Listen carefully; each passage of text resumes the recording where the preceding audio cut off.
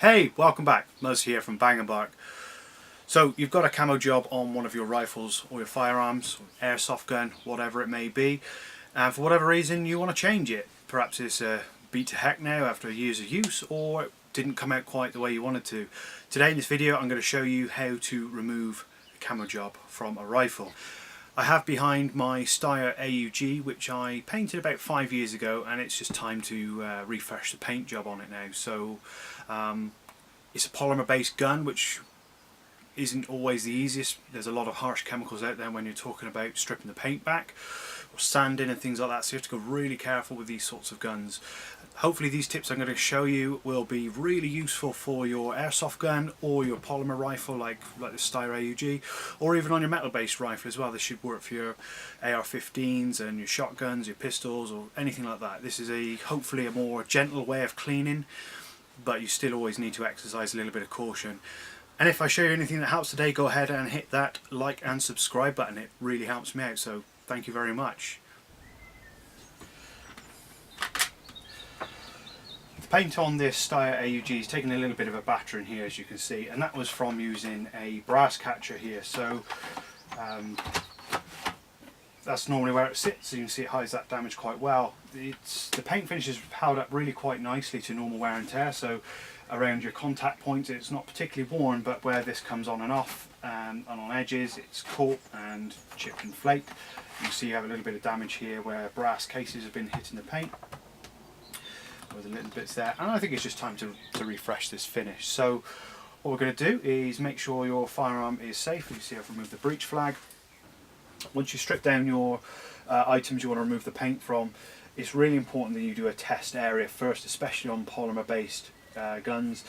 You want to make sure that the chemicals that you're going to use aren't going to attack the finish. So somewhere like in here is where I've already done a quick little test, and just up under here following on from that.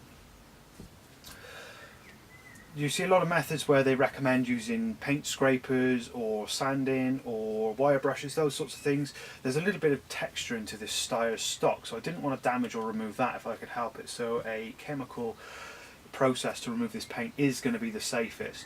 However, I'm going to need to exercise caution whilst doing this because I don't want to damage the plastic in any way. Some of the really common chemicals you see when removing paint finishes from firearms is something like a brake fluid or a nail polish remover or acetone, or sometimes like a clutch cleaner, something like that. This has had a matte lacquer, believe it or not. I know there's a little bit of glare on that paint finish, but this has had a matte, ultra matte lacquer applied to here, but they still come with a little bit of gloss in them to that finish when you've got the direct light on them. Don't tend to find that the brake fluid for me and with this lacquer worked particularly well. Acetone does work well, however neat acetone is quite aggressive towards plastic, so something like these nail polish removers are really quite useful. They're normally diluted down, and this one contains it's diluted with water and a few other little things, so I'll just bring the camera in so we can see that.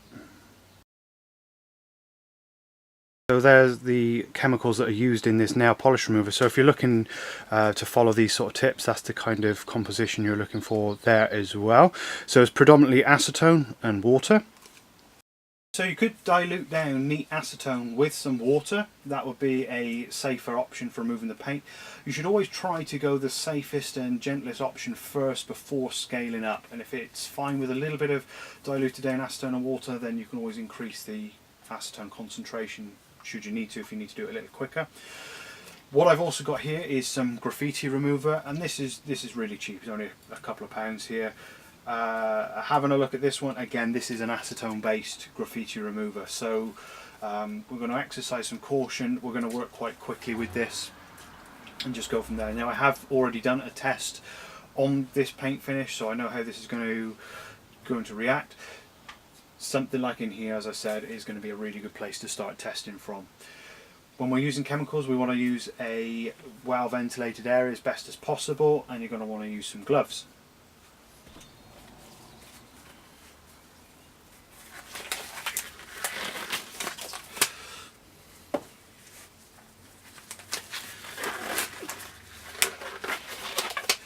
Some other tools that you're going to need whilst you're stripping the paint is obviously so much work, so you don't damage any other furniture or any other fittings in the house. You're going to need some paper or some rags, something like that, to help wipe away on the paint finish there, and some toothbrushes or something. A hard brush like a small paintbrush is quite useful as well for doing the more intricate areas. Just one other small thing before we do get started: you may want to consider blanking off some of the internal areas to your firearm to save getting some of these cleaners in there. So what I'm going to do is I'm going to take some of this paper and I'm going to stuff that into the front here so we don't get a load of any of the chemicals going down inside the stock there. And again, the same for the magazine. Well, you don't have to go really mad with it, but just enough to stop huge amount of the chemicals going up inside there. And I've removed the rubber butt pad because those really will get attacked by acetone, and I'm going to pop just a little bit up in here. It's just going to make cleaning up at the end significantly easier.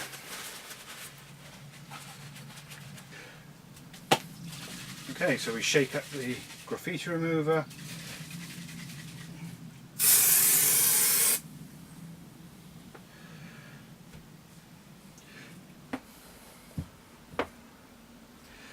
You can see that's already attacking that paint quite quickly now. It's only been on there for a few seconds. You're going to want to work in relatively small areas when you're dealing with an acetone based product, just so you're not having too long of a dwell time for the acetone there on the polymer. I'm going to start off by just giving this a quick wipe so there's a protective lacquer over this paint finish, which is going to help protect the paint underneath.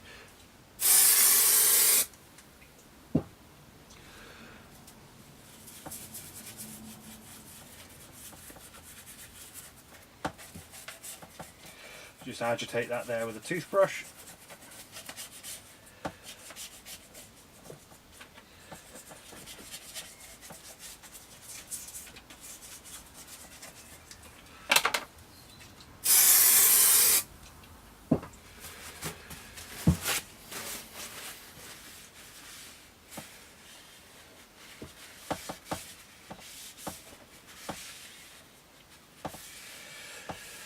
Now at this stage I'm just trying to get the majority of that paint off quite quickly, just to work with it.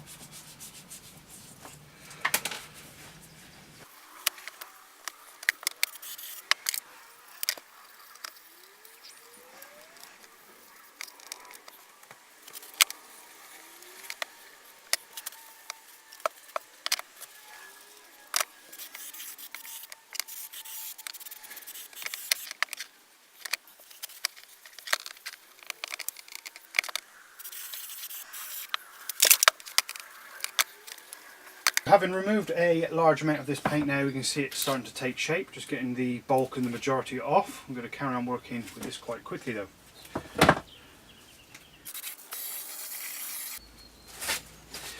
As more and more of this paint starts to go liquid and you can remove it, try wiping only in one direction so you don't back contaminate as you're working.